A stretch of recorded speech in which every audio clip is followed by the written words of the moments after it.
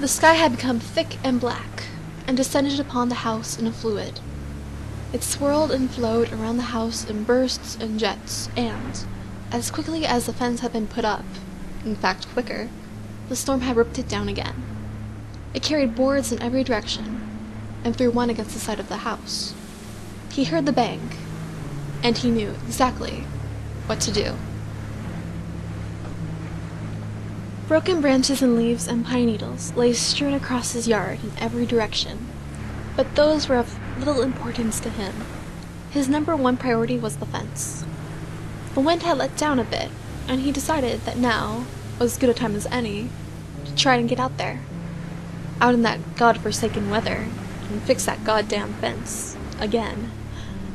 As soon as he stepped outside, he knew better, but he figured he might as well give it some effort, at least to entertain his wife and son.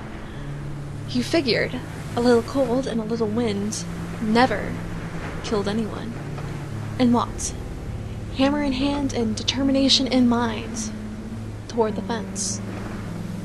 He looked at the clothesline, and all of his shirts that snapped like flags in the cold, hard wind, and turned to the window with a smile for his wife as he pointed to the clothes. She waved back in response as he turned from her and splashed the soaked grass and mud to the perimeter of the yard where the fence would have been. The wind was picking up again and swirled around his head like water, bending and twisting the trees above. Rain pelted everything in sight and slapped upon his shoulder in a constant barrage of drops. Everything in the yard was completely soaked, including him. Water dripped down his brow and down his neck. Ice, cold water. It filled up his shoes and his socks, and was working its way up his jeans as well. His gloveless hand, which had been kept warm in his pockets, were reluctant to come out. But he had a job to do, and he was intent on doing it. He rummaged through the small bush that extended along the perimeter that used to sit on the opposite side of the fence. The wind was even stronger now, and howled through the gaping hole where the fence once stood, bringing with it a river of rain and sleet that flowed like whitewater rapids through his backyard. A board lay in front of him, and he reached to grab it before the wind did. A rusty nail prevented him from doing so, and he yanked back his hand, shoving his bloody finger into his mouth. He turned towards the house to see if any sympathetic eyes were there to comfort him, but all he saw was a glow of the TV, flashing its blue-green lights out into the storm. He pulled out his finger to examine it, and stared at the puncture closely, squeezing the blood and squinting his eyes as water and blood mixed, flowing down his hand and soaking the cuff of his shirt with red.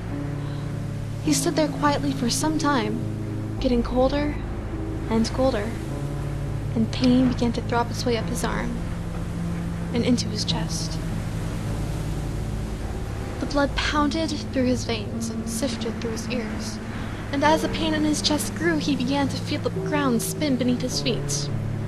He looked toward the window, which flickered its light into the darkness like he was looking toward the light at the end of a blackened tunnel.